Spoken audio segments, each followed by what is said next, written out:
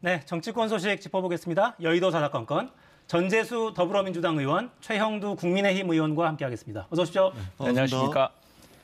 네, 대진표가 다 확정이 됐습니다. 120여일간 이제 본격 대선 레이스가 시작되죠. 먼저 영상부터 보겠습니다. 오늘부터 너랑 나랑은 정치적 후광도, 조직도, 학연도, 지연도 없습니다. 국회의원 경력 한 번 없는 변방의 아웃사이더입니다. 우리 사회의 공정과 상식의 회복을 바라는 민심은 또 정치 신인인 저를 국민의힘 대통령 후보로 선택하셨습니다.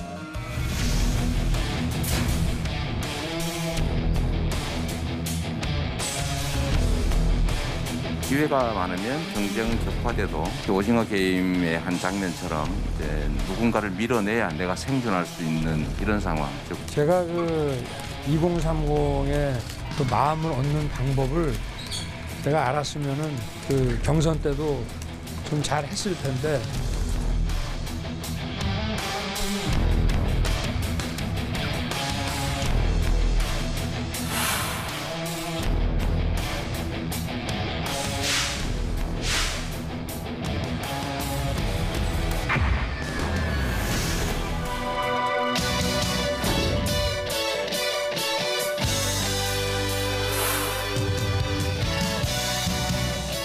국민들의 사랑을 넣고 진지하게 논의할 1대1 회동을 제안드립니다. 우리는 과거보다는 미래를 중시해야 합니다. 보복보다는 인생을 더 생각해야 합니다. 이번 대선은 대장동 게이트의 몸통과 싸우는 소위 부패와의 전쟁, 그 대장정을 승리를 위한 그 장정을 이제 시작하겠습니다. 네, 영상. 음악이 항상 키포인트입니다. 각종 의혹 또 뭐 여러 설화도 많았는데 일단 국민의힘 경선이 막 끝났으니까 그 이야기부터 좀 하죠. 선택은 윤석열 후보였습니다. 이건 해석은 어떻게 하고 계십니까? 일단 축하드린다는 말씀을 드립니다. 뭐 민주당도 마찬가지지만 국민의힘도 굉장히 치열한 경선 과정을 거쳤지 않습니까? 그런 과정을 뚫고서 이제 제1야당 국민의힘의 대선 후보가 됐었기 때문에 축하드린다는 말씀을 드리고 다만 이제 민주당이든 국민의힘이든 경선 과정에서 굉장히 치열한 네거티브 공방전이 있었습니다. 사실은 그것을 지켜보는 국민들은 좀 지겹기도 하고 사실은 이제 피로도가 굉장히 많이 누적돼 있습니다. 이제는 본선의 시간입니다. 이번 본선만큼은 뭔가 좀 국민들에게 희망을 줄 수 있는 또는 국가 경영 능력을 보여줄 수 있는 그런 정말 정쟁이 아니고 정책 경쟁이 됐으면 좋겠다 이런 바람을 가지고 있고요. 이재명 후보는 전체 220만 명 중에 투표율 68%로 이제 대선 후보가 됐고 과반 이상을 득표를 해서 결선 없이 후보가 됐고 윤석열 후보께서는 57만 표 중에 65% 투표율로 이제 당선이 됐습니다. 과반 득표를 하지는 못했는데 어떻든 본선에서는 정말로 국민들에게 정말 희망을 줄 수 있는 그런 대선 본선이 되기를 저희들이 기대를 하겠습니다. 네, 윤석열 후보의 당선, 당내에서는 어떻게 평가합니까? 네, 우선에 당심이 이제 압도적이었습니다. 전체 일반 여론조사, 우리 당의 이제 대통령 후보 선출 방식은 이게 민주당하고 달라서 또 미국 대통령 선거와 달라서 이 국민 여론조사, 그러니까 거기에는 민주당 지지자 또 다른 당 지지자들이 다 참여하는 여론조사입니다. 그 여론조사 50%.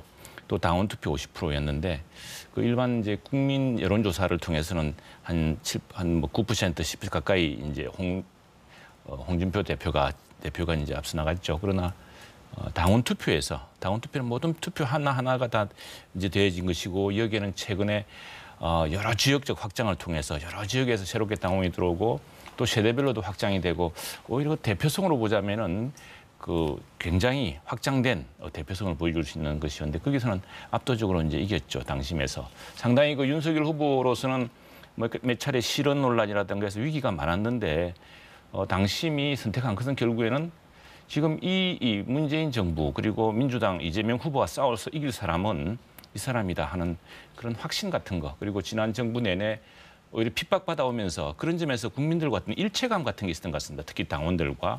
그런 일체감 속에서 수차례 위기가 있었는데 그 위기를 다 이겨내고 결국에는 그 자리에 오르면서 이제 맞설 수 있는 사람이 저 사람이다. 뭐 말하자면 굉장히 그 유권자들, 특히 당원 지지자들, 핵심 지지자들 기대가 아주 큽니다. 4개월 만에 일체감을 만들어낸 게 새로워 보입니다. 일단 이번 대선을 관통할 화두가 뭘까? 이것도 좀 궁금하긴 합니다. 각 당에서 어떤 깃발을 들고 선거를 치를지. 일단 여당부터 여쭤보겠습니다. 저희들은 일단 대한민국 대전환이라고 표현을 했습니다. 이것이 저희들이 지금 맞닥뜨리고 있는 변화를 상징하는 표현이다. 함축적으로 상징하는 표현이다. 이렇게 보시면 되겠습니다. 저희들이 대전환의 시대를 맞이하고 있습니다. 그리고 이 대전환의 시대는 극도로 불확실한 시대로부터 오는 것이고 그만큼 우리가 오늘날 이 시대가 직면하고 있는 위기라는 것이 단순한 위기가 아니다. 이런 이제 문제의식을 가지고 있고요. 특히 4차 산업혁명이라든지 이런 것들이 사실은 이제 쭉 진행이 되고 있었는데 코로나19 이후에 비대면 산업이 커지면서 4차 산업혁명이 아마 가속화될 겁니다. 그 과정에서 이제 노동시장도 양극화되고 새로운 일자리와 새로운 형태의 노동자들도 많이 늘어날 거고 그다음에 지금 세계 공급망 체계가 지금 재편이 되고 있는데 이것도 굉장히 아마 글로벌 질서도 상당히 바뀔 겁니다. 그렇기 때문에 저희들이 직면하고 있는 위기가 굉장히 큰 상황에서 이 대한민국을 기존의 체제로 가져갔다가는 큰일 나겠다. 이제는 대전환의 시대, 대전환의 계기를 좀 마련해야 된다. 이런 측면에서 대한민국 대전환이라는 것을 내걸었고요. 여기에는 더불어민주당도 대전환해야 된다. 이 의미도 있습니다. 그래서 대한민국을 대전환하기 위해서는 일단 그것의 추진 주체가 되는 더불어민주당도 대전환해야 된다. 그래가지고 당 지도부에서 좀 논의도 있고 내용을 준비를 하고 있는 것으로 알겠습니다. 대한민국 대전환을 위해서 열심히 일하도록 하겠습니다. 네, 이게 정권 교체 여론이 워낙 높기 때문에 대전환 이걸 기치를 일단 두셨고 선대위가 아직 출범이 되지 않아서 네. 구체적으로 나오진 않았겠습니다만 깃발은 어떤 걸 들 예정인가요? 아마 윤석열 후보가 경선 기간 중에 계속 끌어온 공정과 상식의 회복이 될 것 같습니다. 지금 우리 국가적 위기가 심각합니다. 우선 재정적 위기가 심각합니다. 국가 부채가 급속도로 늘고 있습니다. 경제적 활력은 떨어지고 있고 또 지정학적 위기도 고조되고 있습니다. 그런 과정에서 가장 심각한 위기는 신뢰의 위기입니다.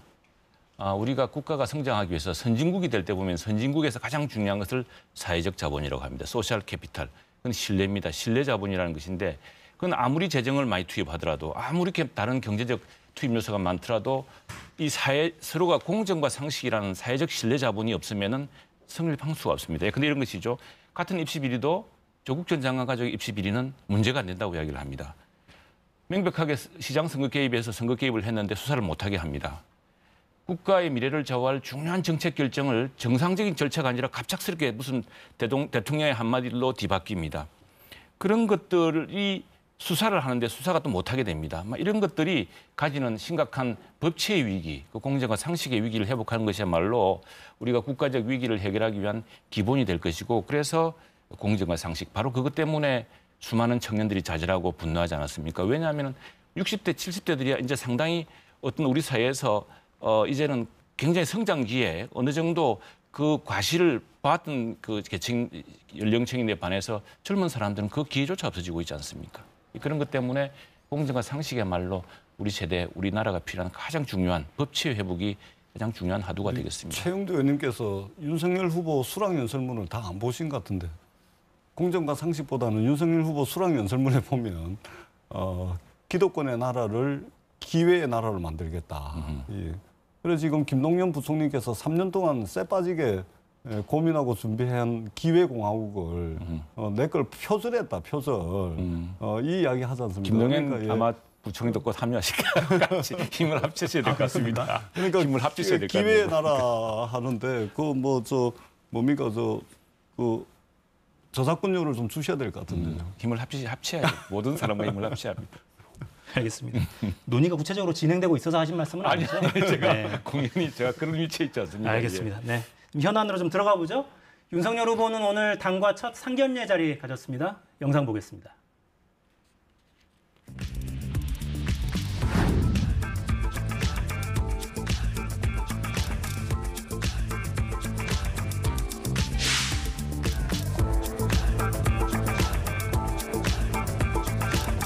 다 보셨죠? 아까.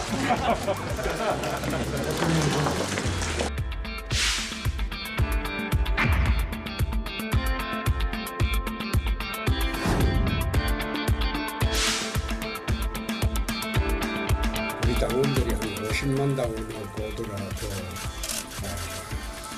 민심에 비하면 그거는 100분의 1밖에 되지 않습니다. 100분의 1의 당심으로 대선을 치르려고 했으면 그것은 대선에 이기기가 어렵습니다. 아마 두 사람 중에 한 사람은 선거에 지면 감옥에 가야 할 겁니다. 이렇게 참혹한 대선이 되는 것이 참 유감스럽습니다.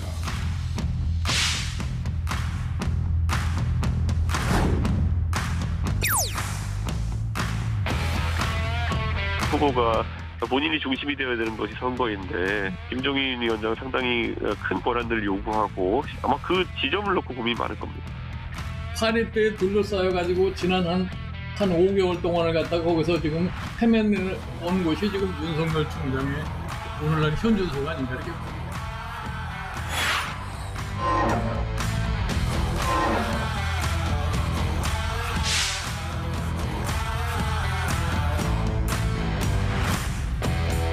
조금 시간이 걸리더라도 그런 중지를 모아서 이 기구를 출범을 시키고 하여튼 신속하게 하도록 최선은 다하겠습니다.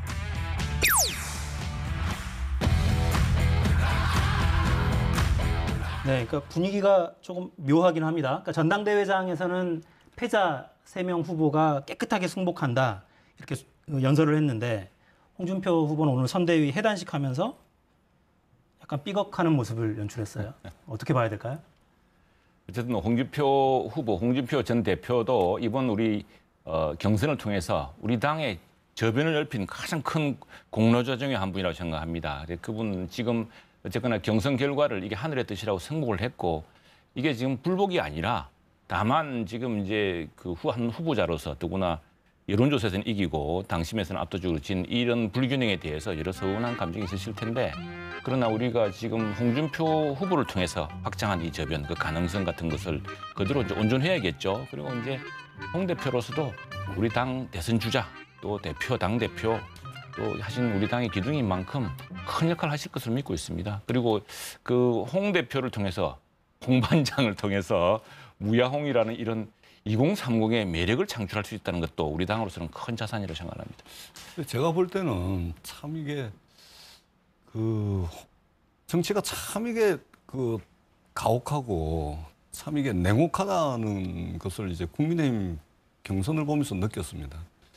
이게 윤석열 후보 4개월 됐잖아요.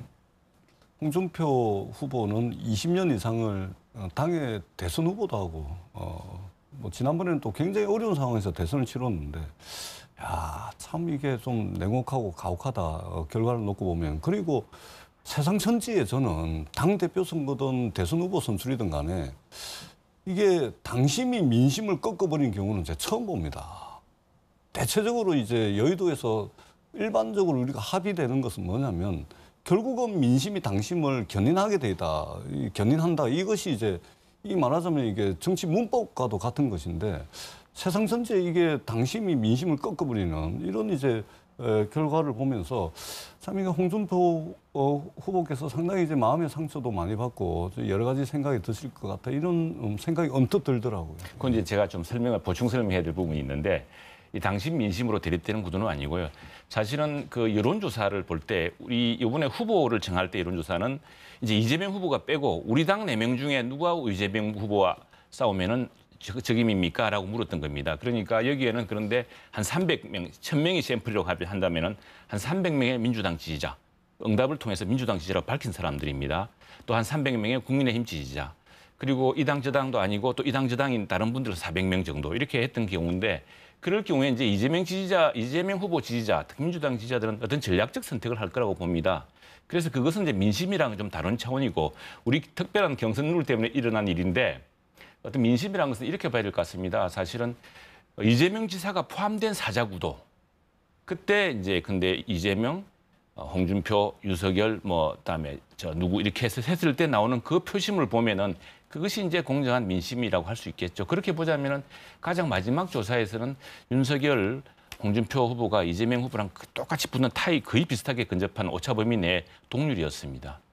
근데 그 민심이라면 그게 민심이겠죠. 그러니까 이제 디테일을 아무리 말씀을 하셔도 큰 틀에서 보자면 우리 당 경선 룰 때문에 일어난 일이기 때문에 우리 당이 다 안고 가야죠. 당심이 이제 민심을 꺾은 것이죠. 굉장히 이례적으로 보여집니다. 이것이 본선에서 어떤 결과가 나올지 한번 관심 있게 지켜보는 것도 보는 재미가 있을 것 같다는 말씀을 드리겠습니다. 그렇게 치면은 민주당의 마지막 3차 슈퍼위크의 그 조사도 한번 그러니까 지켜봐야죠. 이 질문이 나올 수밖에 없어요, 사실. 그러니까 이제 3차 슈퍼위크는 이제 저희들도 사실은 해석을 하다가 사실은 포기를 했습니다. 이 인력으로 안 되더라고요. 그런데 어떻든 220만 명 중에서 68%를 득표를 해가지고 최종적으로 과반 이상 득표를 해가지고 결선 투표 없이 이제 후보가 정해진 것이다. 이 말씀을 드리겠습니다. 어느 당이든 좀 경선 룰에 조금 흠이 약간 공백이 있는 것 같습니다. 4.4, 5.2, 10일 나왔던 민주당 경선 룰도 그렇고 우리 당도 이제 그런 민심과 당심이 이렇게 서로 엇갈릴 일이 없도록 하는 어떤 장치를 경선 룰을 이제 만들어야 될 것 같습니다. 그러니까 제가 아쉽게 생각을 하는 것은 전국에 253개 지역위원회가 있잖아요. 당원협의회가. 전국 253개 당원협의회 중에 170개 이상이 윤석열 후보를 민 겁니다. 국회의원들 또 당협위원장들인 거죠. 그러니까 이게 지역에서 당협위원장들이랑 국회의원들의 이해관계, 기득권이 이 국민의힘 경선 과정에 이제 반영이 된 겁니다. 그런 측면에서 보면 국민의힘의 기득권에 말하자면 대선 후보를 뺏긴 것이 홍준표 후보가 되는 것이죠. 그러니까 나중에는 이제 원팀이 될 거라고 저는 봅니다. 지금은 마음이 쓰리고 속이 쓰려서 그렇지 원팀이 될 겁니다. 아마. 그리고 그렇게 되는 것이 또 순리대로 가는 것이고 그러나 홍준표 후보 입장에서는 상당히 흔쾌하지는 못할 겁니다. 왜냐하면 국민의힘 기득권에 의해 가지고 후보 자리를 뺏긴 거거든요. 근데 그 대목도 그렇게 또 저도 이 대목은 조금 더 해설을 해야 될 것 같은데 왜냐하면 투표율이 굉장히 높았습니다. 저희들 저 당원 투표율이 높아가지고 65% 그렇게 높은 건 아닙니다. 높았고 그래서 양측 모두가 이건 우리가 승리했다고 믿을 만큼 사실은 저는 이번 경선을 보면서 저도 이제 당의 위원장도 겸하는 현역 국회의원입니다만 저희들 이제 마산 하포 지역구고 이렇게 보면은 그 당원들 마음이 다 있습니다. 그게 당의 위원장이 뭐 말한다고 설득되고 그런 정도가 아닙니다. 이 당심이라는 것은 정말 국민보다 더 깊이 이 당을 고민한 사람들이기 때문에 그 당심이 있고요. 그게 당의 위원장 몇 사람이 이렇게 뭐 이렇게 좌우할 수 있는 그런 뭐 구시대적인 상황이 아니더라고요 보니까. 알겠습니다. 요 해석은 뭐 또 차차 해가야죠. 그러니까 그렇다면 뭐하러 당협위원장들을 그렇게 결합시키려고 애를 쓰는지. 그럴 필요가 정말 있는지 그만큼 효과가 또 있었는지 뒤에 뭐 손본다는 이야기도 많이 나오고 그랬었죠. 네. 손본다 그런 이야기가 없었으면 좋겠습니다. 알겠습니다. 이제 선대위 구성하는 게 큰 숙제죠. 네, 근데 지금 약간 기싸움 같은 느낌도 좀 있고요. 비서실장에 일단 권성동 의원을 임명을 오늘 했고 한편으로는 뭐 하이에나 파리떼 뭐 이런 이야기 자꾸 나옵니다. 이건 어떻게 풀어가야 됩니까? 김종인 우리 비대위원장에 대해서는 사실 우리 국민들이 잠깐 잊고 있는 대목인데 그게 뭐냐면 호남의 가인 김병로 선생, 김병로 대법원장의 손자입니다. 그래서 어릴 때부터 할아버지 그 어깨너머로 이 민주당과 이 정치를 다 배운 사람이고 통찰력도 대단하고 무엇보다도 가인 김병로 대법원장이 누굽니까? 이분이 처음에는 남북 합작을 추진하다가 대한민국 정부 수립의 불가피성을 깨닫고 대한민국 정부의 수립에 참여해서 초대 대법원장을 합니다. 대법원장을 하면서 초대 우리 정부의 행정부 독주할 때 사법부를 독립시킨 큰 어른이십니다. 그 어른이라는 상징성, 그 손자라는 점 이런 것 때문에 이제 그리고 그렇게 배운 것과 함께 독일에서 공부하고 또 철학이라든가 경제학에 대한 이런 해박한 지식 때문에 근데 윤석열 후보의 탄생을 별의 순간이라고 처음 규정한 분도 저분이시거든요. 그래서 그 통찰력이라든가 또 상징성, 호남의 거인 가인 김병로 대법원장의 쉽게 손자고 그분을 통해서 많이 배웠다는 점 하나고 또 하나는 뭐냐면은 지금 윤석열 후보가 맞서는 것도 바로 사법의 독립, 검찰권의 독립, 검찰의 어떤 파사 현정의 원칙의 회복 이런 것들이거든요. 그 지금 그 김병로 대법원장의 손자인 그 김종인 비대위원장이 줄곧 해왔던 이야기이기도 합니다. 그런 면에서 큰 철학, 국가의 기둥, 세 기둥에서 입법, 사법, 행정인데 사법을 독립성을 확보했던 그 후손으로서 또 지금 법치와 상식과 공정을 세워야 되는 윤석열 후보로서는 아주 그 역사적 궁합이랄까 이런 게 잘 맞다고 생각합니다. 역사적 궁합. 근데 그 김종인 위원장은 민주당하고도 일을 했었잖아요. 경험이 있으니까. 앞으로 어떤 일이 벌어질 거다 이렇게 예측을 좀 해주시겠습니까? 일단은 좀 피곤하죠. 김종인 위원장의 등장은 피곤합니다. 2016년도 이제 민주당 총선을 이끌었는데요. 그때 제 지역구에 이제 지원 유세를 오시겠다 그러더라고요. 근데 저는 못 오시게 했어요. 예. 그래서 저는 이제 전재수 이름을 선거 치르겠다 해가지고 그 부산에서 이제 3번 떨어지고 4번째 만에 제가 당선이 됐는데 저도 좀 겪어봤습니다. 겪어봤는데 김종인 위원장께서는 이제 외신도 꼼꼼하게 챙겨보고 그다음에 이 신문사설도 빠뜨리지 않고 늘 읽고 공부하고 고민하시는 분은 맞습니다. 그럼에도 불구하고 여야를 막론하고 저희 정치권들이 좀 반성을 해야 됩니다. 1940년생이세요. 80살이 넘으셨는데 물론 이제 우리 사회 어르신들은 걸어다니시는 도서관이기 때문에 그분들의 경륜과 경험을 우리 사회가 잘 받아야 되겠지만 그럼에도 불구하고 1940년생에 이게 비례대표만 4번인가 5번을 하고 아직도 21세기 엄중한 시기에 대통령 선거를 하는데 이분한테 도움을 받을 정도면 여야를 막론하고 우리 정치권이 얼마만큼 사람을 키우지 못했는지 이 부분은 좀 저희들이 철저하게 좀 반성을 해야 되겠다 이 말씀을 드리고 그리고 애초에 김종인 위원장께서는 이번 대선은 경제를 좀 아는 사람이 있으면 좋겠다 이전에 이야기를 했습니다. 그러면서 마치 구체적으로 사람을 찾고 있고 뭐 그런 행보도 했었거든요. 근데 지금 느닷없이 이제 검찰 출신이 이제 되니까 마치 또 이렇게 또 칭찬을 하지 않습니까? 아니 이전 이야기하고 틀립니다. 그 다음에 윤석열 후보 옆에 파리떼들이 많다. 그러니까 15년 전에 활동하던 파리떼들이 많다. 이래 말씀을 하시는데 김종인 위원장께서 그렇게 말씀하시면 안 되죠. 15년 전에 활동한 파리떼라고 이야기한다면 김종인 위원장은 40년 전부터 활동하던 왕파리가 될 수가 있다. 그러니까 그런 말씀 하시면 안 됩니다. 그다음에 이전에 경제를 잘 아는 사람 찾다가 지금 왜 이렇게 됐는지 15년 전에 활동하는 사람 파리로 그렇게 규정을 하면 자신은 뭐가 되는지 그러니까 이제 스스로를 부정하는 그래서 이게 좀 날카로움이 좀 무뎌진 것은 아닌지 이전에 하셨던 말씀을 잊어버리고 지금 또 새로운 말씀을 하시는 것은 아닌지 좀 피곤하다 이 말씀을 드리도록 하겠습니다. 김종인 전 비대위원장은 그냥 비대위원장 해주러 갈게 그냥 선대위원장 할게 이런 분은 아니잖아요. 익히 알려져 있기가 선대위 구성 전권도 달라 핵심 정책도 내가 구상하는 걸 좀 받아들여 달라 이렇게 원래 요구를 좀 해오신 분이어서 이런 요구가 국민의힘에서 받아들일 수 있을지 이제 상황을 좀 진전을 지켜봐야겠죠. 과연 이제 김종인 전 비대위원장이 끝까지 그렇게 계속 요구를 하실지 아니면 상황에 대해서 조금 더 유연하게 말씀하실지 모르겠는데 근데 저분이 말씀하신 철학, 시대의 뭐 정신이랄까 뭐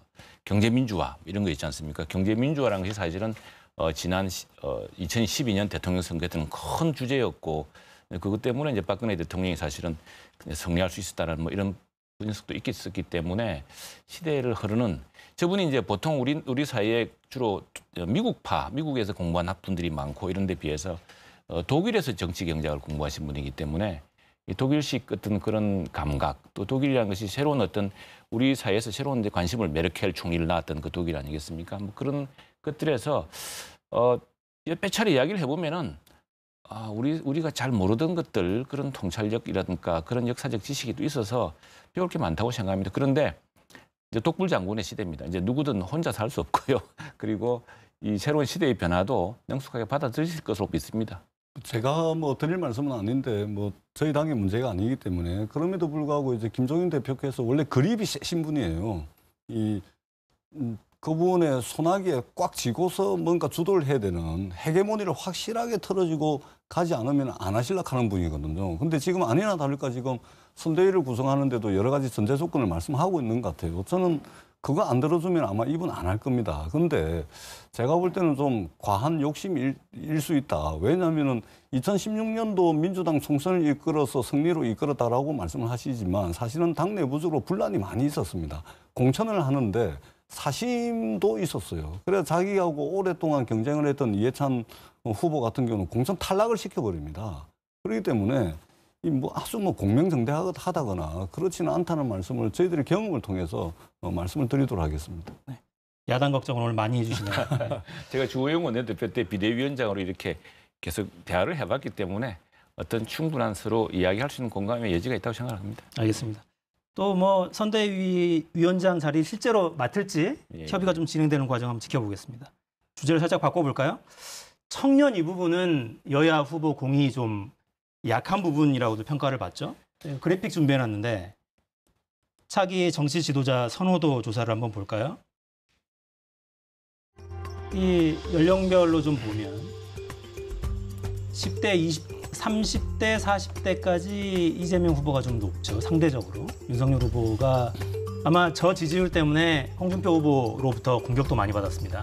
398 후보 이렇게까지 평가를 받았었는데 근데 공이 아무튼 이 연령별로 그러니까 3, 40대, 그러니까 2, 30대 지지율이 좀 낮다 이런 평가들은 있어 왔고 특히 윤석열 후보는 이제 홍준표 후보 탈락 뒤에 대거 가입했던 그 청년 당원들이 이탈하는 거 아니냐 이런 우려들도 좀 있었어요.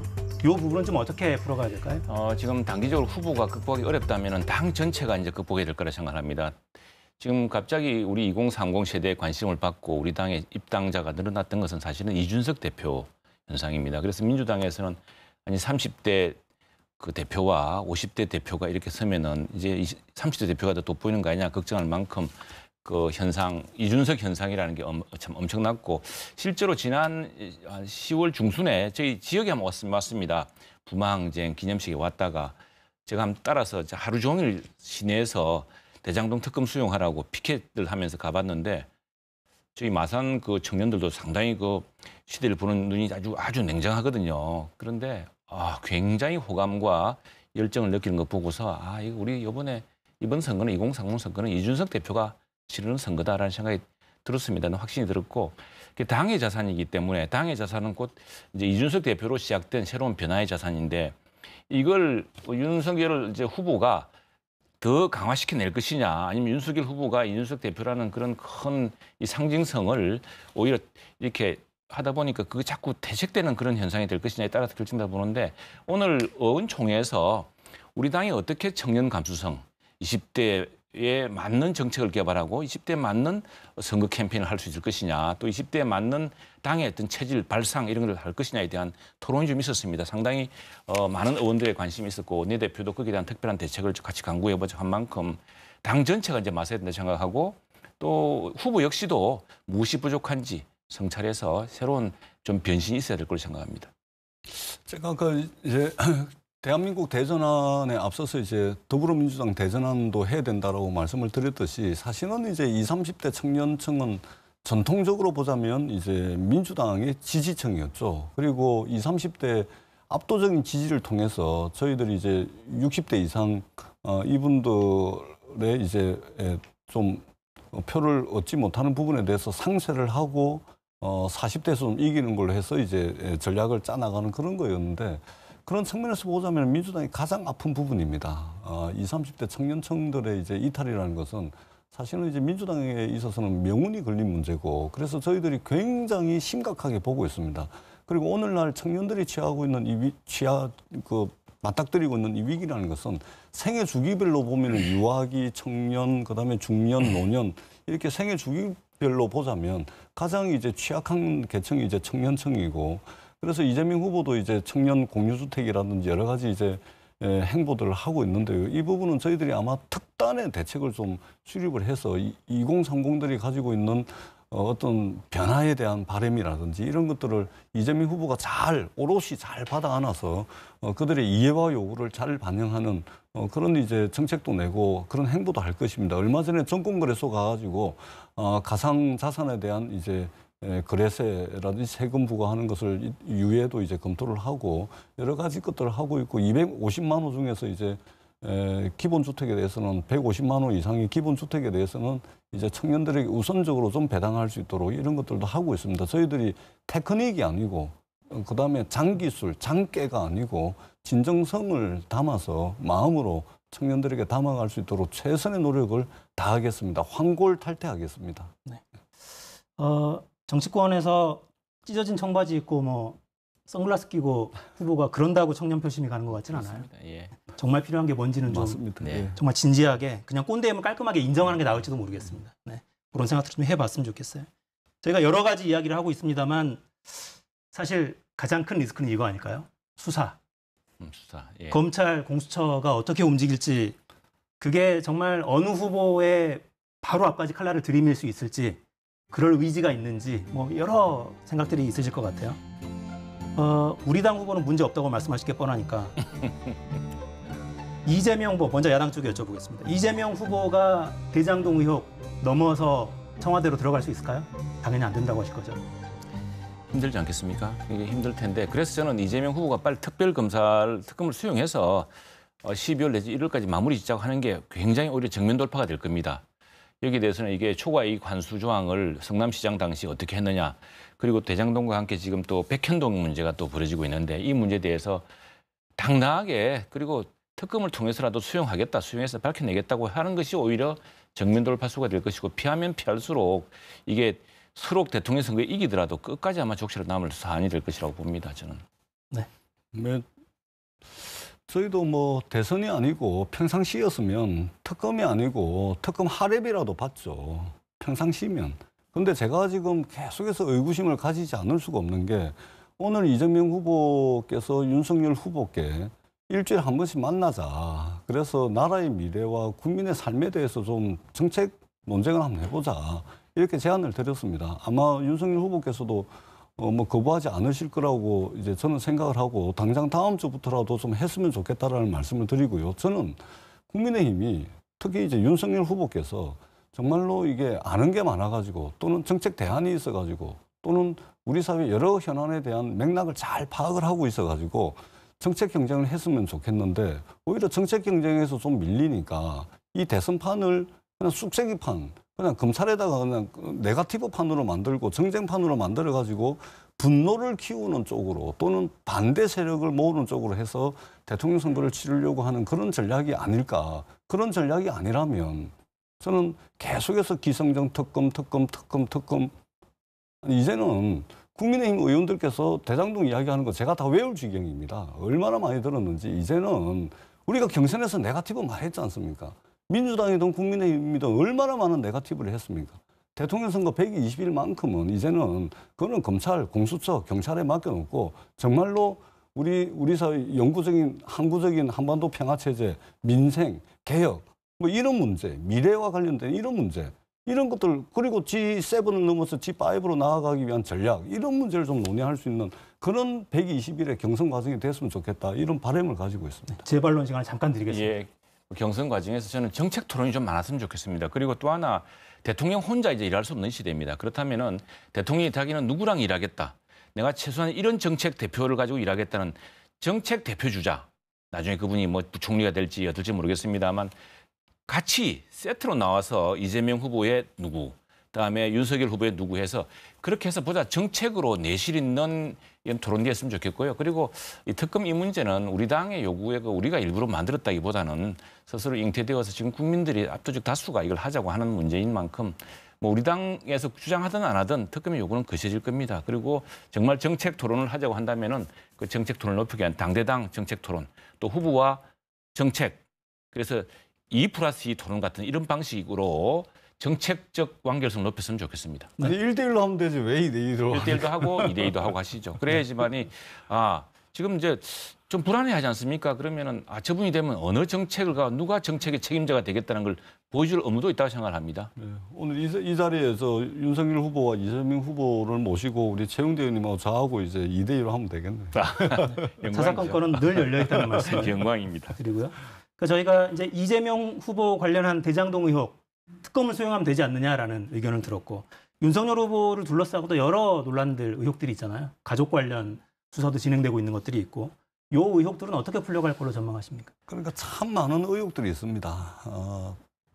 고발사주는 사실은 이제 저희들이 이름을 고발사주로 붙여서 그렇지, 사실은 이것은 심각한 문제거든요. 예를 들면은 공권력 또는 공익의 대변자여야 할 검찰이 사사로운 이제 사적 이익을 추구하는데 이용됐다, 쓰여졌다. 이게 굉장히 국기문란이고 헌법 가치를 훼손하는 것이잖아요. 뿐만 아니라 윤석열 후보 장모께서는 양평동에 그것도 LH가 100% 공영 개발을 하기로 한 거를 그거를 또 민간 개발로 바꿔가지고 거기서 또 땅 팔아먹고 분양 수익해가지고 800억인지 얼마인지 뭐 이런 언론 보도도 있습니다. 그러니까 굉장히 심각합니다. 그런데 저희들은 일단 그거 나올 만큼 다 나왔다 봅니다. 언론에서도 많이 보도가 되고 양당의 경선 후보 과정에서도 후보 경선 과정에서도 많이 나왔기 때문에 저희들은 그런 거 좀 제껴놓고 그것은 검찰, 경찰, 공수처에 맡겨놓고 정말로 민생, 민주, 개혁, 미래, 평화 이런 그야말로 큰 아젠다를 가지고 국민들의 선택을 받기 위해서 경쟁적으로 열심히 정책도 내고 토론도 하겠다 이 말씀을 드리겠습니다. 네, 그렇습니다. 실제로 뭐 윤석열 후보도 저 경선 이후에 인터뷰에서 모든 의혹에 대해서는 철저하게 다 검증하자 이렇게 이야기를 한 바 있습니다. 그리고 그것이 특검이든 뭐든 하자는 것이고요. 이제 문제는 정말로 그건 그 절차를 빨리 진행하는 것이 중요할 것 같고 우리 전재수님 말씀하시지만 정말 정책을 보여주고 정책팀으로서의 경쟁이 좀 이루어졌으면 좋겠습니다. 네. 다시 한번 말씀드리지만 사사건건 플랫폼은 열려 있다는 거 이재명 후보한테 좀 말씀드려 주세요. 네. 그렇게 하겠습니다. 네. 지금까지 최형두 전재수 의원과 함께했습니다. 두 분 고맙습니다. 고맙습니다.